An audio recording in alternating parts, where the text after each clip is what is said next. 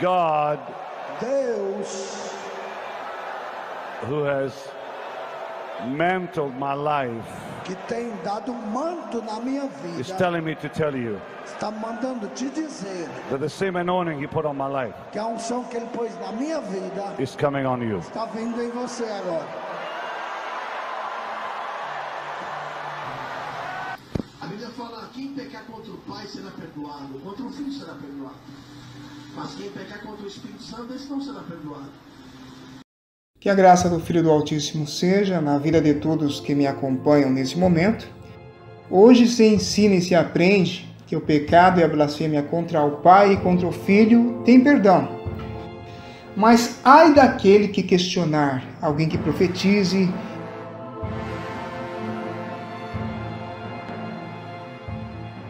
que expulse pombagiras, exus, ou que faça 1001 maravilhas, porque questionar um profeta desse nível é blasfemar contra o Espírito Santo. Não toca no ungido do Senhor, porque você não sabe quem é Deus. A gente não dá pena, porque Deus faz um reboliço na tua vida e aí tu vai ver quem é Deus.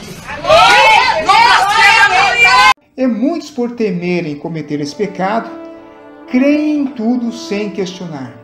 Vale lembrar que Jesus atribuiu grandes sinais, prodígios e maravilhas aos falsos profetas. Ele disse que os falsos profetas seriam muitos e que muitos seriam enganados por eles. Jesus alertou que os falsos profetas seriam reconhecidos pelos frutos. E o que são esses frutos? Deuteronômio 13, versículo 1. Quando o profeta ou sonhador de sonhos se levantar no meio de ti e te der um sinal ou prodígio, e suceder o tal sinal ou prodígio de que te houver falado, dizendo: vamos após outros deuses que não conheceste e sirvamo-los. Então, visões, sonhos e prodígios servem para atrair a atenção das pessoas, mas não são os frutos. Os frutos são o que vem depois.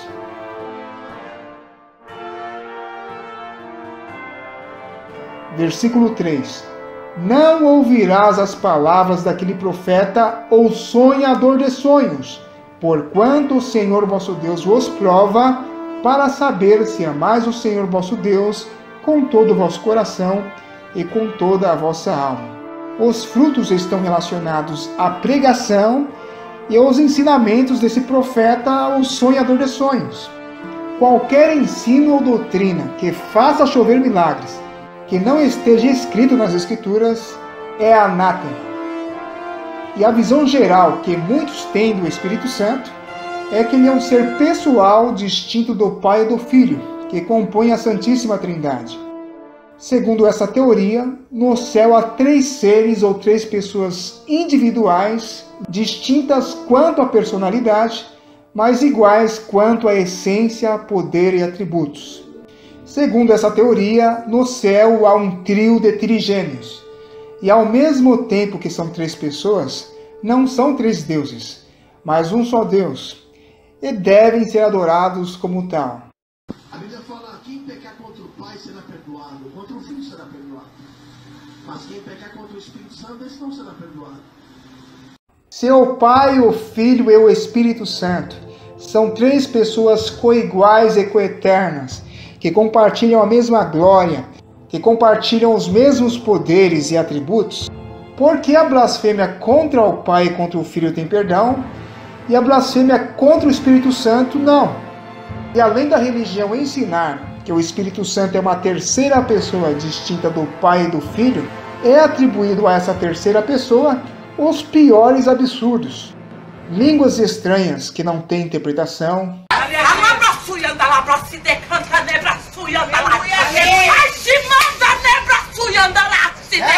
gritaria, histeria coletiva,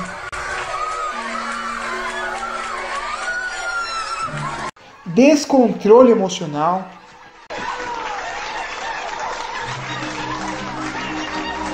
supostos arrebatamentos ao inferno. Então, irmãos, o inferno é real. Quer ver, ó? A hora que eu mandar um anjo sair, os demônios vão bater nela, ó. Sai, Gabriel! Sai de perto!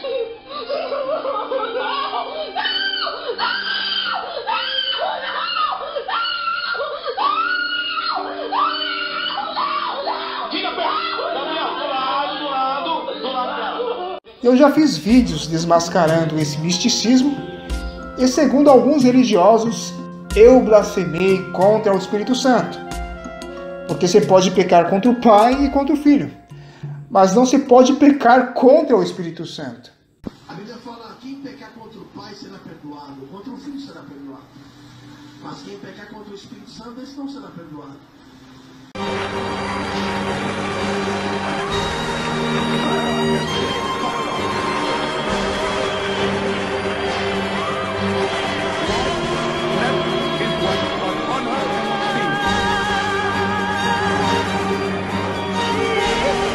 Se existe uma terceira pessoa recebendo honra e glória por trás dessas manifestações, quem seria essa terceira pessoa?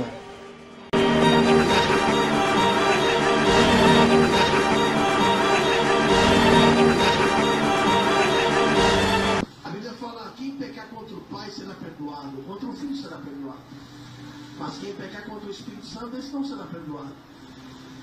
Trindade é um conceito filosófico pré-existente em culturas pagãs antes do surgimento da nação sacerdotal de Israel. O povo de Israel nunca creu nisso. E os apóstolos que eram judeus nunca ensinaram isso. E os judeus messiânicos de hoje, que confessam Jesus ou Yeshua como Messias, não creem em Trindade. E o próprio nome Yeshua HaMashiach, que não significa Jesus Cristo, mas Jesus o Cristo, depõe contra esse triteísmo. Tanto o termo hebraico Messias como o termo grego Cristo significam ungido. Yeshua HaMashiach, Jesus o Cristo, Jesus o ungido. E alguém só pode ser ungido por outro alguém superior. E ele foi ungido por Deus. A palavra diz que Deus fez dele Senhor e Cristo, Senhor e Messias. A doutrina da Trindade foi dogmatizada no cristianismo em 380 d.C. pelo imperador Teodósio e pelo Papa Dámaso. E crer na Trindade era uma lei, era um decreto. Quem não cresce na Trindade era considerado herege e era queimado vivo como herege. E apesar dessa crença, hoje em dia, fazer parte da declaração de fé da maioria das denominações chamadas cristãs, toda pessoa sincera que pesquisa sobre o desenvolvimento dessa doutrina da história, os versículos adulterados e acrescentados nas Escrituras para sustentar esse dogma, abandona esse dogma. Porque a história pode ser ignorada, mas não mudada. E Trindade é triteísmo, é idolatria. A Bíblia fala: quem pecar contra o Pai será perdoado, contra o Filho será perdoado. Mas quem pecar contra o Espírito Santo, esse não será perdoado. Jesus, como o Messias profetizado, fez muitos sinais, curou enfermos, expulsou demônios, mas a elite da sua época acusava ele de fazer milagres e expulsar demônios por Beelzebu. E Jesus afirmava que ele fazia os sinais e maravilhas pelo Espírito de Deus. Mateus 12, 28. Mas se eu expulso os demônios pelo Espírito de Deus, logo é chegado a vós o reino de Deus. Nesse versículo aparece Espírito de Deus e reino de Deus. Assim como o reino de Deus é de Deus, o Espírito de Deus é de Deus também. O Espírito de Deus é a emanação do próprio Deus, o meio como ele manifesta seus atributos, e não outro Deus. E os fariseus pecaram contra o próprio Deus, e não contra uma terceira pessoa ou um terceiro Deus. Versículo 31. Portanto, eu vos digo, todo pecado e blasfêmia se perdoará aos homens, mas a blasfêmia contra o Espírito não será perdoada aos homens.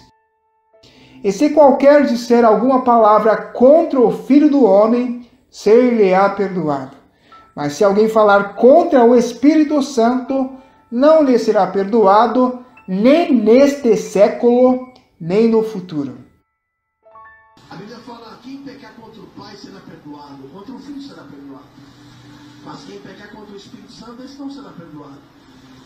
Esse texto em nenhum momento afirma que o pecado contra o Pai e contra o Filho tem perdão, e o pecado contra o Espírito Santo não. Quem afirma isso nunca lê o texto, mas vive repetindo o que pessoas que não leem afirmam. A palavra diz que Jesus veio para os seus, e os seus não o receberam. E quem eram os seus? O povo de Israel, a nação escolhida para ser luz para as outras nações. Um povo que tinha as Escrituras e podia conferir que desde Moisés estava já profetizado que o Messias viria. E esse conceito da vinda do Messias foi passado de geração em geração entre os israelitas por mais de 1000 anos. Existe a famosa profecia das 70 semanas de Daniel, que aponta com precisão o tempo da sua manifestação. E chegou o tempo da profecia se cumprir, ele se manifestou, e durante um curto período de ministério de 3 anos e meio, percorreu por toda a geografia da nação de Israel, ensinando, fazendo muitos milagres, muitas maravilhas, mas ele foi rejeitado pela sua geração. A maioria dos judeus o rejeitou e consentiu na sua morte. E os escribas e fariseus atribuíram os milagres que Deus fazia através dele ao diabo. E o que os escribas e fariseus fizeram com ele não teve perdão nem naquele contexto presente e nem terá perdão no juízo futuro. João 15, 22. Se eu não viera, nem lhes houvera falado, não teriam pecado. Mas agora não tem desculpa do seu pecado. Aquele que me odeia, odeia também a meu Pai. Se eu entre eles não fizesse tais obras, quais nenhum outro tem feito, não teriam pecado.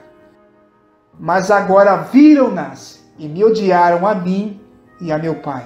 E a blasfêmia contra o Espírito Santo está associada à rejeição da messianidade de Jesus por parte da sua geração, por parte da elite religiosa da época. E esse pecado não se aplica a nós hoje. Por quê? 1 de João, capítulo 1, versículo 1. A palavra da vida foi manifesta na carne. O que era desde o princípio, o que ouvimos, o que vimos com os nossos olhos, o que temos contemplado, e as nossas mãos tocaram da palavra da vida. Jesus podia ser ouvido e visto a olho nu. Ele podia ser contemplado e apalpado fisicamente, literalmente. E ele, como Messias, não está mais aqui pessoalmente nem fisicamente. E nem virá como Messias para morrer outra vez. Ele disse que daquela geração adúltera, incrédula, perversa, que não conheceu o tempo da sua visitação, seria requerido todo o sangue justo derramado sobre a terra. E isso não se aplica a nós hoje. E as palavras proféticas dele se cumpriram no final daquela geração, com o cerco romano em Jerusalém, que desdobrou numa grande tribulação, onde muitos judeus morreram de fome, de sede, muitos morreram ao fio da espada, muitos foram exilados para outras nações, Jerusalém foi desolada, o templo foi destruído, e muitos da igreja de Jerusalém foram perseguidos pelos judeus incrédulos antes daquela guerra acontecer. Quando a guerra se iniciou, todas as famílias que faziam parte da igreja de Jerusalém tinham se refugiado em outra cidade e não pereceram naquele juízo. Então, finalizando, quem usa o argumento do pecado contra o Espírito Santo em defesa de falsos profetas curandeiros, falsos profetas exorcistas, que fazem 1001 maravilhas, ao mesmo tempo que ensinam falsas doutrinas, estão tão enganados quanto eles. Obrigado por assistir esse vídeo. Compartilhe, se inscreva no canal e ative o sininho para ser notificado nas próximas publicações.